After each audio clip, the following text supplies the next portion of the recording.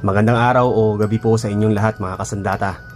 Ako po uli ito si Mark, ang inyong narrator para sa kwento natin ngayong araw na pinamagatan nating Bantay sa Bundok.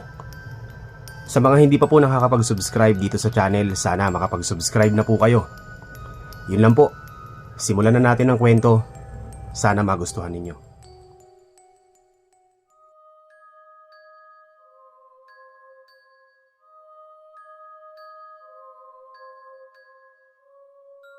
Ang kwentong ito ay hango sa totoong buhay.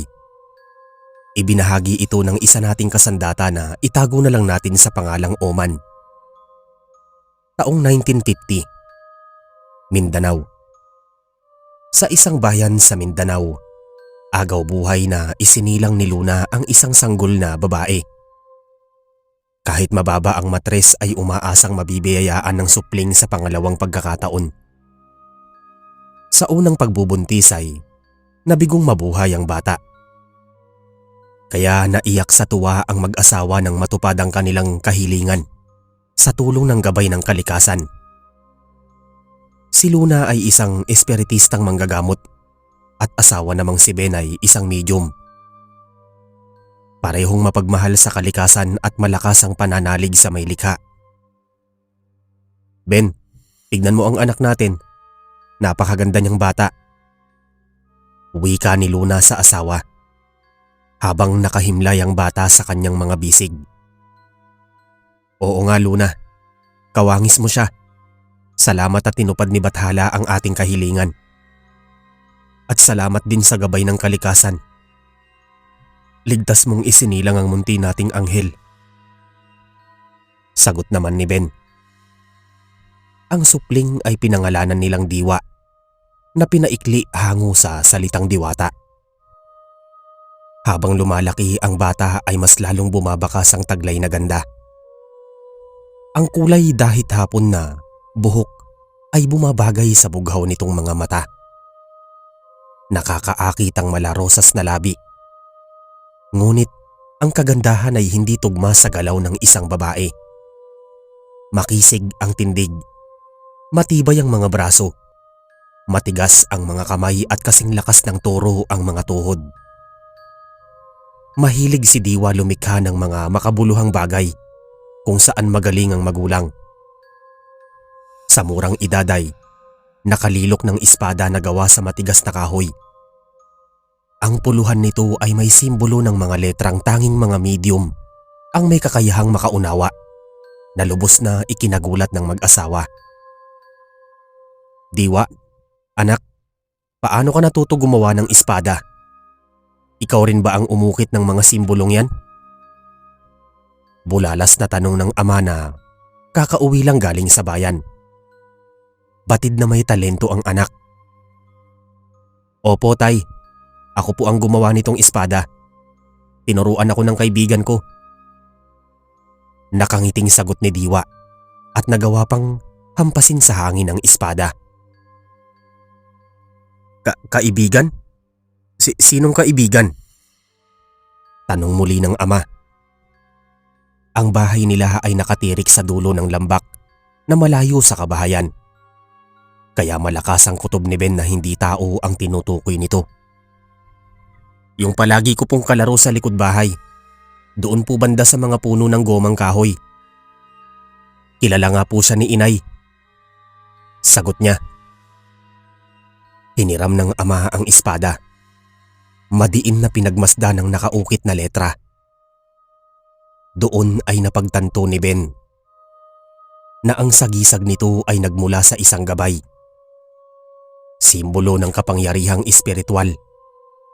Pamana ng kapanganakan na biyaya naman ng kalikasan mula pa sa tribong Kinagisnan. Nabihasa sa paggamit ng iba't ibang uri ng agimat tulad ng pangil ng baboy damo, ikumbibig, pandakaking itim at puyas. Mga sinaunang anting-anting na tangan ng mga katutubo ng kada tribo. Lingid sa kaalaman ni Diwa, matagal ng batid ng ama ang tungkol dito. Sanggol pa lamang ay may bantay na itong gabay na engkanto. Ang nilalang ang dahilan kung bakit siya nabuhay nung isilang sa mundo. Ang layunin ng ama ay malaman kung gising na ba ang pagiging medium nito. Ngunit hindi lang basta isang recognition ng taglay na bata, kundi dumadaloy ang dugong mandirigma na kayang sumupil ng masamang elemento. Sa bawat pag-ikot ng taon ay lubusang nahasa ang isipan ni Diwa sa tulong ng ina.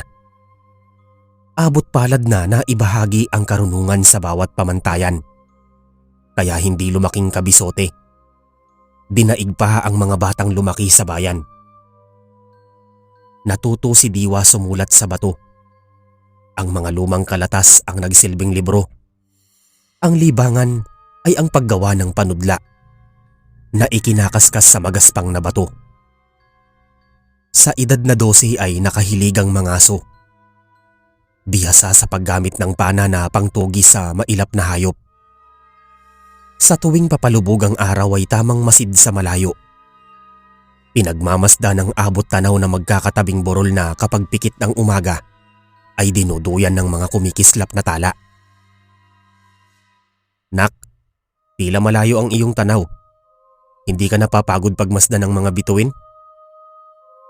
Tanong ng inang si Luna. Hindi naman po bituin ang tinitignan ko, kundi ang magkakatabing burol na yon. Pag ganitong oras kasi ay abot tanaw ko ang kumikislap na liwanag doon sa pinakamatayog na burol. Ano kaya ang meron doon? Sagot niya at napapatanong sa sarili. Anak, maraming hiwaga dito sa mundo. Kahit ako man ay naghahanap ng kasagutan sa mga tanong ko. May mga bagay na hindi kailangan dapat alamin. Halimbawa na lang yung mga bituin. Sa dami nila ay walang sino man ang may kakayahang bilangin ng mga ito. May hangganan ng isip ng mga tao. Hindi lang tayo ang nabubuhay sa mundo. Marami pa ang mas nauna sa atin. At kung ano man ang gumugulo sa iyong isipan, ay wag mo nang tuklasin ang kasagutan. Ani Luna, batid kung ano ang tumatakbo sa isip ng dalagita. Kasalukuyan noon wala ang ama. Nasa kalagitnaan ng paglalakbay sa pagitan ng kambal na burol kung saan nagninilay at dinadasala ng tangan kasama ang gabay. Bawat burol ay mayroong bantay. Mga nilalang na pinoprotektahan ng hawak na teritoryo upang ito'y mapangalagaan. Ang amang si Ben ay malapit ng maging ganap na tagapagbantay na hangganan sa isang burol na konektado sa magkabilang bayan upang bantayan ang mga abusadong mga ngaso na inaabuso ang kagubatan at walang habas na pinapaslang ang mumunting mga hayop upang ikalakal. Lumipas ang ilang taon ay ganap ng dalaga si Diwa. Napapadalas ang pagpunta sa bayan kasama ang ina. Kahit bihira makatabi ang ama, ay ramdam pa rin ang presensya sa malayo. Di nagtagal naging batad si Diwa sa bawat sulok ng kapatagan. Kinahumalingan ng kalalakihan, ngunit ni isa ay takot lapitan siya. Walang sumubok na hawakan ng kamay niya o makilala man lang ang kanyang pangalan. Ang kagandahan niya ay maituturing na kamandag, dulot ng kakaibang aura na kayang magpanginig ng tuhod. Nagsimula ang lahat noong sumali sa mga patimpalak. Nasungkit ang bawat panalo. Nauwi ang mga premyo. Kahit anong laro ay nangunguna si Diwa. Maging sa palakasan ay tagumpay na napabagsak ang mga katunggali. Kahit ang larong pang tribo ay sinubok patubuin ng kalaban kung saan gamit ang pisikal na lakas sa isang duelo. Napuno ng pilak ang bulsa sa dami ng sinalihang laro. Pagsapit ng kapistahan, ay may naganap na malaking paligsahan sa sentro ng bayan. Ang labanan ay sa pagitan ng dalawang tao na magpapamalas ng kanilang lakas at ubusan ng hininga kung sino ang mananatiling nakatayo sa lupa. Ang mga manonood ang magsisilbing arena. Magkakaroon ng pustahan kung sino ang tatanghaling panalo sa pinustahang pambato. Marami ang kalahok. Isa na nga dito ang binatang Tausog na dating kampyonato sa laro. Sa bawat manlalaro ay maraming bumagsak, duguan at may mga baling buto. Ngunit sa mga hanay ng bawat laban ni Diwa ay walang nagtagumpay mapabagsak siya. Ang iba ay nagawang umatras dala ng takot. At sa huling yugto ng laban ay naharap niya ang mandirigmang tausog na lumaki sa larangan. Hindi naman napadaig ang dalaga. Marami mang natamong suntok ay patuloy pa ring bumabangon. Walang bakas ng pagsuko. Ang tanging laman ng isip ay manalo. Ang bawat palitan ng atake ay nagdudulot ng malakas na sigawan. Hanggang sa isa ang humandusay sa kanila at idineklara kung sino ang panalo. Kahit may pasa ang muka ay nagawa pang ngumiti ni Diwa dahil siya ang bagong kampyonato. Marami ang nagalit sa panig ng kalaban. Nagawang bantaan ang buhay niya. Pagsapit ng hapon ay tahimik na nilisan ng bayan bitbit ang 30 pirasong pilak na bigay ng isang dato na may pasimuno ng laro. Nag-aagaw na ang dilim at liwanag ng marating ang hangganan ng kapatagan. Sunod namang tatahakin ng lambak kung saan nakatirik ang tahanan. Sa paglalakad ni Diwa ay batid niyang may sumusunod sa kanya. Mabigat ang bawat bakas ng mga paa. Ang kada hakbang ay may dalang peligro. Tila bumubulong pa ang hangin na kailangan niyang mag-ingat. Subalit habang nilalamon ng dilim ang paligid ay pabigat ng pabigat ang mga yabag. Animoy talampakan ay bumabaon sa lupa. Nang malanghap niya ang maitim na puwersa, batid niyang hindi pangkaraniwang mga tao ang sumusunod. Isinisiwalat ng pagbangon ng buwan kung anong uri silang nilalang. Hanggang sa pumailan lang sa dilim ang alulong ng mga halimaw. Nag-uunahang mabali ang bawat hibla ng talahib. Nagkakaskasan ng mga bato. Dinuduyan ang pagkabali ng mga sanga na tila palapit na ng banta. Kaya naman binilisan ni Diwa ang paghakbang.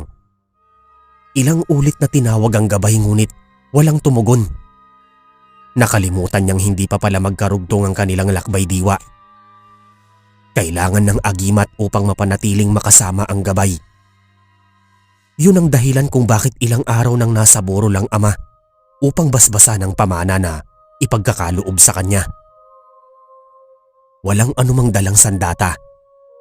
Nasanay na si Diwa na sa tuwing bumababa ng bayan ay hindi dala ang espadang kahoy na kasing talas ng bakal. At dahil malayo pa ang tahanan at ayaw mapahamak ang ina, ay isa lang ang naiisip niyang lugar kung saan magiging ligtas. Ang kandungan kung saan naroon ang kanyang ama. Nang mapansin na malapit na ang mga nilalang at ilang hakbang na lang ay abot kamay na ang kanyang katawan ng matatalas na kuko, ay doon na niya sinimula ng pagtakbo ng matulin. Binago ang direksyon at sumuot sa kakahuyan. Sinundan ang pinanggagalingan ng presensya ng malakas na gabay ng ama sa malayong distansya. Patuloy siyang tinugis ng mga halimaw. Kutob niya na ang nilalang na yon ay kabilang sa tinalo niyang kalahok sa paligsahan. Nang marating ang bukana ng burol, ay buong tibay na inakyat ang matarik na lupa hanggang sa marating ang patag. Gayunpaman hindi tinantanan ng mga gutom na nilalang. Bakas sa kanilang pag-angil na gawin siyang masarap na hapunan. Kahit gaano man katatag ang kanyang mga tuhod, ay bumigay pa rin yun sa kahuli-hulihan. Napaluhod sa lupa at habol hininga. Dama ang pagod sa mahabang pagtakbo. Sa kanyang pagkalugmok ay malapitang natanaw ang 4 na halimaw. Tila gutom na gutom ang mga sikmura batay sa pagtulo ng malalapot nilang laway. Nagliliyab sa galit ang mga pulang mata at nagtatangis ang matutulis na ngipin. Akala mo ba malakas ka? Hanggang pagtakbo lang pala ang kaya mo. Nagawa mo man akong talunin pero sa pagkakataong ito, ako naman ang magwawagi. Ang buhay mo ang kabayaran sa pagpapahiya mo sa akin. Paggugutay-gutayin ko ang iyong laman at ang ulo mo ay ilalantad namin sa bayan. Garalgal na wika ng isang halimaw. Batid ni Diwa kung sino ang nilalang. Nang sunggaban na siya ng mga ito ay bigla silang napatigil ng iluwa ng dilim ang isang elemento. Malapad ang torso nito. Mahahaba ang mga kamay at paa. Ang katawan ay parang binalatan dahil kita ang litid at puso na nababalutan pa ng berting liwanag. Walang mga mata. Gamit lamang ang pang-amoy kayang matukoy ang kalaban. Nag-aalinlangang sumugod ang mga halimaw. Palipat-lipat ang tingin sa dalaga. Samantalang si Diwa naman ay nagawang sukatin ang lakas ng elemento. Ang presensya ay walang bahid na kasamaan. Banayad na tila nagmula sa kalikasan. Sa pagtansya sa sukat ng lakas ay biglang nabaling ang tingin ng marinig ang tinig mula sa likuran. Nakatayo sa puno ng malaking balete. Ang mga baging nito ay halos humalik na sa lupa. Ang lakas naman ng loob niyong pasukin ang lugar na to. Sakop ko ang lupang kinatatayuan ninyo. Kung hindi pa kayo aalis, sisiguraduhin kong dadanak ang dugo sa lupa. Alam niyo bang anak ako nang gusto ninyong patayin? Tamang-tama. Matagal na panahon na rin ang lumipas bago ako nakapatay ng katulad ninyo. Gusto niyo ba akong subukan? Umiinit na kasi ang gabay ko. Ani Ben, hawak ang punyal habang nasa likod ang gabay ng engkanto. Ama ko? Sambit ni Diwa. Ramdamang nag-uumapaw na presensya na parang ibuhos na ang lahat para takutin ng mga halimaw. Hindi sapat ang lakas namin labanan ka. Kilala kita. Ikaw si Mang Ben. Malaki ang utang na loob ng mga magulang ko sa'yo. Minsan mo nang sinagip ang buhay ng ama ko. Patawad Mang Ben. Hindi ko alam na anak mo pala ang babaeng yan. Pasensya ka na. Binibini. Kung napag-initan ka namin. Muntik ka pa namin biktimahin. Nagawa ko lang ito dala ng galit. Aalis na kami at hindi ka na muling gagambalain. Anumang oras ay malaya kang pumunta sa bayan. Aalis na ho kami Mang Ben. Saad ng namumuno. Ang binatang tausog na tinalo ni Diwa sa isang kompetisyon. Mabuti naman at naaalala mo ko. Dahil kaibigan ko naman ang iyong ama. Palalampasin ko ang gabing ito. Ani Mang Ben. Biglang kumalma ang boses. Nang makaalis ang mga halimaw ay lumapit ang dalaga sa ama. Nagpasalamat sa pagligtas sa kanyang buhay. Tinanong niya ang ama kung sino ang elementong unang humarap na nais siyang protektahan. Aniya, ito umano ang bantay sa burol. Ang nanliligaw sa masasamang tao na balak sirain ang kagubatan. Katulad ng iligal na pagpuputol ng mga kahoy at sa mga ngaso na ganid at inuubos ang yaman ng kalikasan. Dagdag pa ni Mang Ben, bawat burol ay mayroong bantay. Nang gabing yun, natanggap ni Diwa ang agimat mula sa kalikasan. Busog sa orasyon at may basbas ng bantay sa burol kung saan nagninilay sa pinagmulan ng gabay. Ang ama din niya ang gumawa ng ritual para magdugtong ang lakbay diwa ng dalaga at ang gabay nitong nananahan sa kanilang bakuran. Di nagtagal, naging ganap na medium si Diwa. May kakayahang basahin kung ano ang mangyayari sa kapalaran ng isang tao sa hinaharap. Nasa ulo ang aklat ng karunungan sa bawat bersikulo. Nagpapalayas ng masasamang espiritu. Rebuelta, kulam at kahit anong uri ng karamdaman na may kaugnayan sa masamang elemento. Ang kanyang gabay ay palaging kasama saan man pumaroon. Mas lalong naging bantog sa bayan. Tuwing may okasyon at pistahan ay palaging lumalahok sa paligsahan. Ang dating kalaban na minsan na niyang natalo ay naging ganap na kaibigan. Dahil hindi na pwedeng mabuntis ang inang si Luna, si Diwa ay nagkaroon ng asawa na nanggaling sa pamilya ng Maharlika. Mula pa sa angkan ng mga tausog, nagkaroon ng anak at nagsilbing handog sa kanyang magulang upang mas lalong maging masigla ang tahanan. Para kay Diwa, ang minsang kaaway ay maituturing niyang kakampi. Ilang angkan ng mga aswang ang nagsilbing gabay sa bayan upang bantayan ng mga dayuhang balak maghasik ng lagim sa lugar. Kinalaunan, ang kanyang ama ang kauna-unahang taong naging bantay sa burol. Madalas manatili doon kasama ang mga engkanto at elementong may gininto ang puso. Ang kanyang ina si Luna ay maligaya namang kapiling ang mga apo habang si Diwa ay abala sa pagiging isang medium. Pinalakas ang kasanayan pang espiritual. Hinubog ang pamantayan sa paggamot kontra sa kadiliman. Ang kanyang kahusayan ay umabot sa bawat panig ng Mindanao. Nagawang lakbayin ang buong kapuluan sa tulong ng asawa. Gawa sa malaki ang koneksyon ng pamilya nito sa Mindanao gamit ang kapangyarihan ng salapi. Sa mga nagdaan pang taon, pati ang ilang rehiyon sa Kabisayaan ay nagawang libutin ni Diwa. Layunin na ibahagi ang kaalaman sa mga tulad niyang medium na naninirahan sa mga liblib na lugar sa parteng kabundukan. Ang kanyang pangalan ay nagmarka bilang bahagi ng kasaysayan. Hindi man nailathala sa pahayagan o naisulat sa libro, pero ang kanyang angking husay ay nanatiling buhay sa mga taong nakakakilala sa kanya. Tulad ng ating sender na naging bahagi ng kanyang kasaysayan.